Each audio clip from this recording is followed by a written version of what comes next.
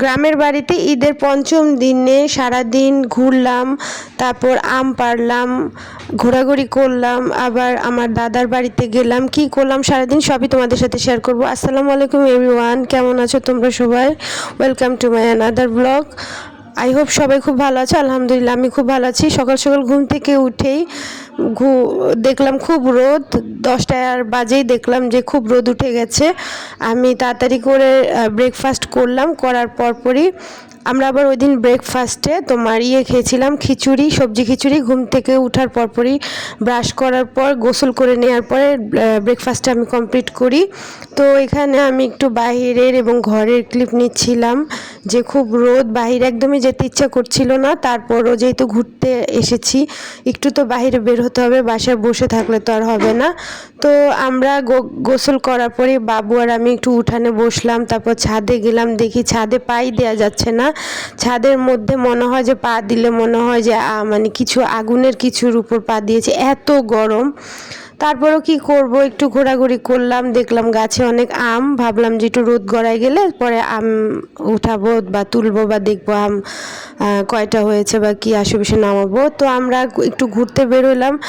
কি করব যে মানে কোথায় যাব, তো বাসার সামনে যে ফাঁকা জায়গা আছে, পুকুর পাড় আছে, তো সেখানে ঘুরলাম।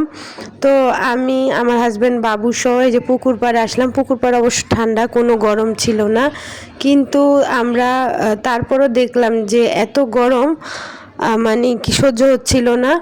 তারপর এই আমরা কয়েকটা ছবি তুললাম। আমি ভাবলাম যে যেহেতু ওয়েদার অনেক গরম, কিন্তু রোদ যেহেতু আছে কিন্তু পিকচারগুলা ভালো উঠতে পারে, তো আমি কয়েকটা ছবি ভিডিও এগুলো নিচ্ছিলাম, কারণ এগুলোই মেমোরি হিসাবে থাকবে ঢাকায় আসলে।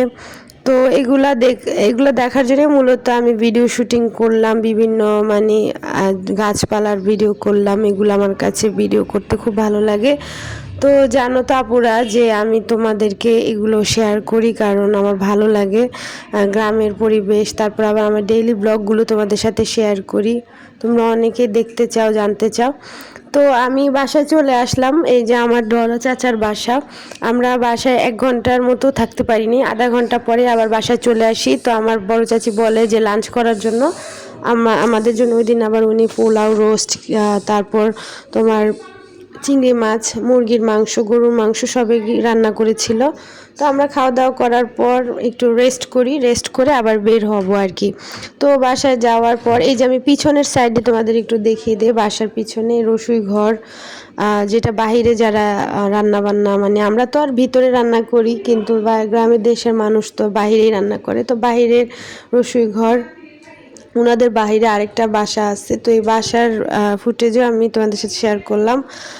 আর এইখানে দেখতে পাচ্ছ কত কিছু আমার চাচি বানিয়েছে, শুকা দিচ্ছে সিমের বিচি, তারপর আমসত্ত্ব বানাবে, আমসত্ত্ব দিচ্ছিল, এইগুলা দেখছিলাম আমি। তারপর আমরা খাওয়া দাওয়ার পরপরই ছাদে আসি, ছাদে আসার পর এগুলার ক্লিপ নেই এবং আমি দেখছিলাম যে কোন আম পাকা, কিন্তু কোনো আমই পাকা নেই। পাকা আমগুলো সবই আমরা তুলে ফেলেছিলাম 2 দিন আগে, কিন্তু এগুলো সব কাঁচা আম। তারপরে 2-1টা গাছ ঝাড়া দিই, গাছ ঝাড়া দেওয়ার পর তোমার 2-3টা পরে ওগুলো আমি বাসায় আর কি নিয়ে আসি।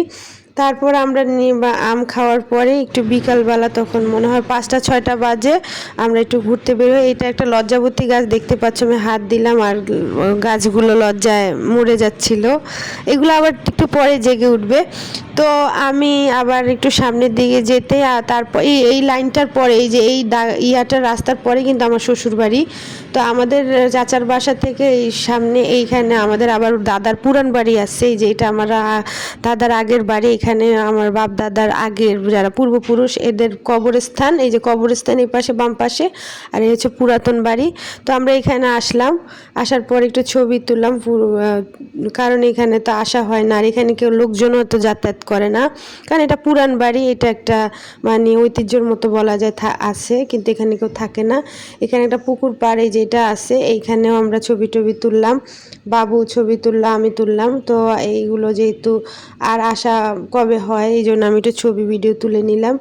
তো এটা ছিল আজকের ব্লগ। কেমন লাগলো আমার এই ঈদের 5 দিনের ব্লগটি? হয়তো আমি আরেকটা ভিডিও শেয়ার করব ঈদের 6 দিনে, তারপর দিনই আমরা চলে যাব, সেই ব্লগ তোমাদের সাথে পরে শেয়ার করবো।